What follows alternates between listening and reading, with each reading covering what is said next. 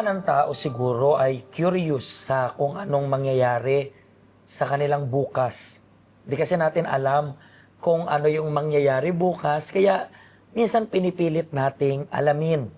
Siguro po ganito kang klase ng tao na nagpahula ka na. Actually, para mas maintindihan ninyo, gusto ko pong panoorin ninyo yung buong episode ng program natin today. Kasi yung magiging special guest natin ay pag-uusapan itong tungkol sa tarot reading, hula na to. Susubaybayan nyo po.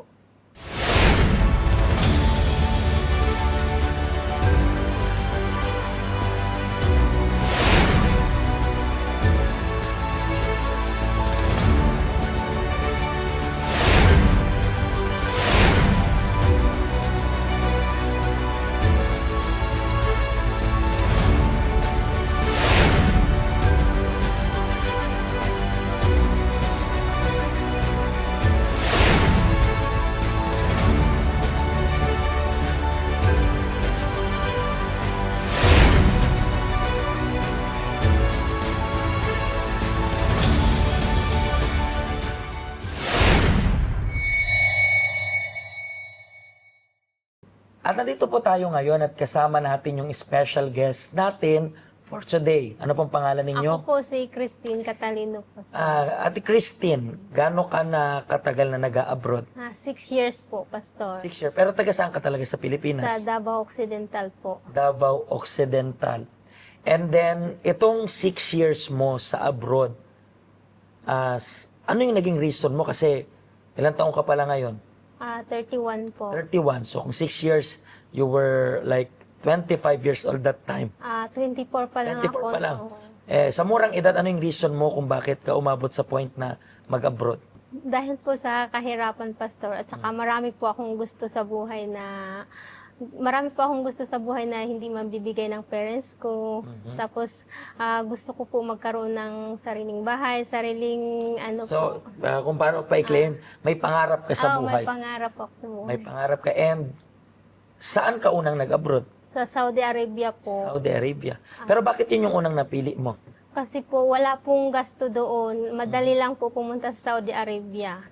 Yung time na nag-apply ka, nag-send ka ng mga documents mo, gano'n lang tumagal para makaalis ka? Ano lang po, 2 months, 3 months. Like, Kasama na training dyan, parang gano'n. opo, 3 months. So 3 months lang, lipad na Oo, agad, opo. tapos wala pang babayaran. Wala po. So, Saudi, nakailang taong ka rin doon? 3 years po 3 years. Yes. Sa isang amo lang yan. sa isang amo And po. then, so far, kamusta naman doon nung 3 years ka na nasa Saudi? Hindi po maganda yung experience ko doon, Pastor. Bakit? Naabuso po ako, overwork, nagtatrabaho po ako minsan 16 hours, 17 hours. Lalo na po pag Ramadan, Pastor, wala pong tulugan. Pero sa Saudi, pwede ka nang mag-work ng 24 years old or Yes po. pwede na. So, yun yung parang 23. minimum age. 23 yung 23 yung minimum. So, pumunta ka doon and then talagang nahirapan ka. Pero tiniis mo within 3 years. Opo, kasi wala na po akong ibang way. Pero kahit ina-abuse ka, ayaw mong parang magsumbong, parang gano'n. Nagsusumbong po ako pero wala pong mangyayari. Bakit? Wala po, kasi ganun sila. Parang mas kakampihan pa nila yung... Wala pong nangyayari. So within 3 years, mahirap yung naging sitwasyon mo. Sobrang hirap po, Pastor. Na-trauma pa din po ako. At doon po, Pastor, sobrang lungkot po ng buhay ko. Nag-ano na po ako ng libangan ko. Doon po, nagsisearch ako sa internet kasi hopeless na po ako. Inaalam ko po, ano po magiging kapalaran ko. Kasi parang wala na po akong... Hindi ko na po alam kung ano yung mangyayari sa akin. Nag-search ako, nagsilabasan po doon sa internet yung mga tarot card, mga Pero bakit yun yung lumabas? Parang kasi gusto mo talagang malaman yung bukas mo?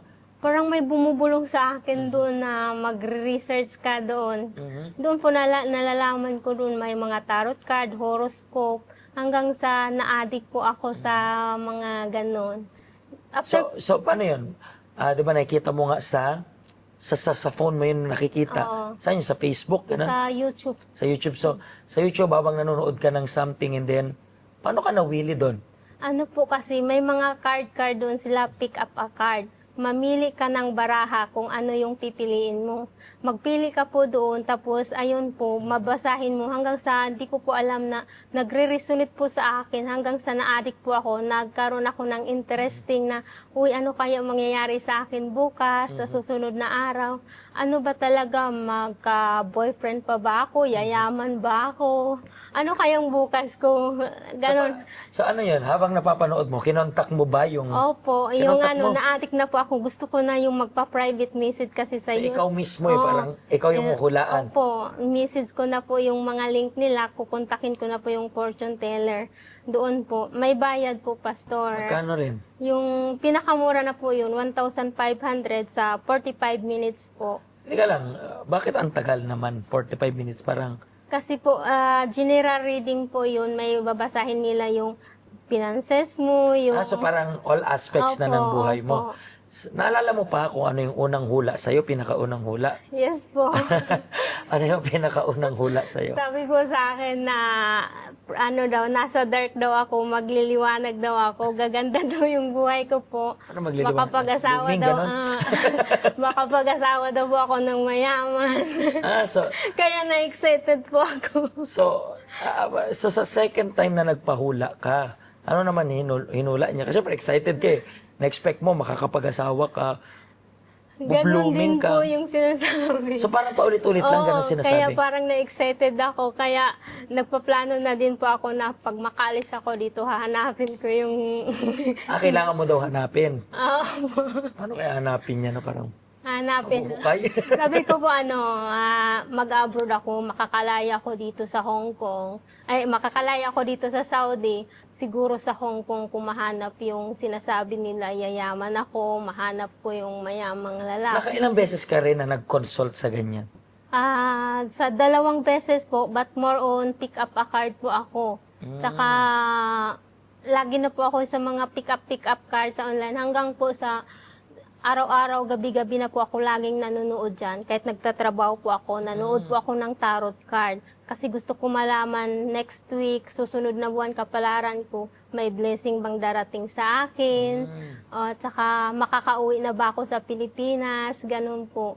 Pati po yung mga ex ko, tinatanong ko sa card, kumusta na po ba yung tao na to, iniisip pa kaya ako, mga ganun po.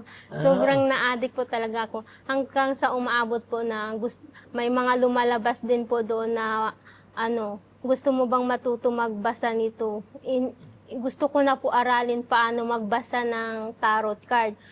Wini-wish ko na gusto ko magkaroon ng third eye po. Para mabasa mo yun. ako na po magbabasa kasi na-excite po ako doon sa mga sinasabi nilang psychic na babasa daw nila yung mga future po. Pero nung pag-alis mo ng Saudi, bumalik ka ng Pilipinas, Yes po. matagal ka bang nag-stay sa Pilipinas bago ka pumunta dito sa Hong Kong? Or Sa isang taon. isang taon rin? Yes po. Kasi medyo na-trauma ka sa na-experience mo doon, Oo di ba? po. Pero bakit? Di ba nga, pupunta ka na dito ng Hong Kong, ang pinaka-target mo talaga dito sa Hong Kong is mahanap lang talaga yung nilalang na yun. Yes po, pero iba po yung nahanap ko. Kasi nahanap? nasa Pilipinas pa po ako, nahanap po ako ng evangelism ng mga taga-health center. Nag-start ka na sa health center sa Philippines. Yes po. Saan sa Philippines? Sa Divisoria po. Sa Divisoria ka. Yes po. Anong year yan? 2021. So doon ka nag-start sa Divisoria.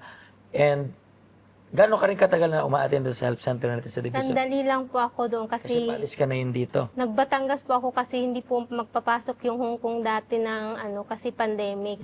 Nagpunta po ako sa Batangas. So, nag-umpisa ka doon tapos yung pagdating mo dito sa Hong Kong, hinanap mo na rin agad yung health hinahanap center. ko po dito. Pero nahihirapan po ako alisin sa akin yung superstitious belief. Para andun pa rin yung wish ko na magkatotoo yung mga sinasabi ng So kahit nandun ka na sa health center, iniisip mo pa rin, ito na yung hula, no? Yung mga hula na dito ko natuto pa rin yung hula na yon sa Hong Kong. So, and alam ko, meron kang experience ng 3 years sa Saudi, 3 years rin dito. Opo. Anong pinagkaiba ng Saudi dito sa Hong Kong? Ano po, kung sa Saudi po, sobra yung trabaho ko, wala na akong panghinga. Pagdating ko po dito sa Hong Kong, sa una kong amo, wala na pong trabaho. Mas mahirap din pala pag walang trabaho. Ngayon, reklamo ka naman kasi walang trabaho. Oo, kasi wala Pero ilang yung years ka sa kanila? Sa 8 una mo, months lang po. In-expect ko na po baka i-terminate ako nito or hindi ako magtatagal dito. Kasi wala pong trabaho, walang so, gagawin sa terminate bahay. ka nila kasi hindi na nila kailangan, ganun? Oo, wala So, pong trabaho. So, ito yung current mong amo, patapos ka na ng kontrata o naka-renew ka na? Nakarenew na po ako. So far, kamusta naman siya? Okay na po siya. Tinudo ko na din po kasi dati walang trabaho ngayon. Trabaho Trabaho. naman. Yes, Pero at least mabait naman yung Opo, pakikitungo. mabait Hindi naman. naman nakakatroma, di ba? Ay, hindi na po. Pero, di ba, medyo sabihin natin, gano'n ka na rin katagal sa health center? 3 years. So, 3 years ka na sa health center, paano rin nakakatulong? Kasi pwede mong gumawa ng comparison. Sa Saudi, nakaasa ka sa panghuhula. Dito sa Hong Kong, nakaasa ka sa blessing ng Diyos. Yes po. Kano ka-importante itong health center para sa isang OFW? Sobrang importante po siya sa akin kasi dito po, marami po akong natutunan, Pastor. Natutunan ko po na magtitiwala sa Diyos at hindi sa panghula. Kasi natutunan ko dito na hindi mo pala hawak ng iba or ng baraha ang future mo. Kundi ang Diyos lamang po ang nakakaalam kung anong mangyayari. At marami po akong natutunan dito na para po akong nag-aaral sa isang university.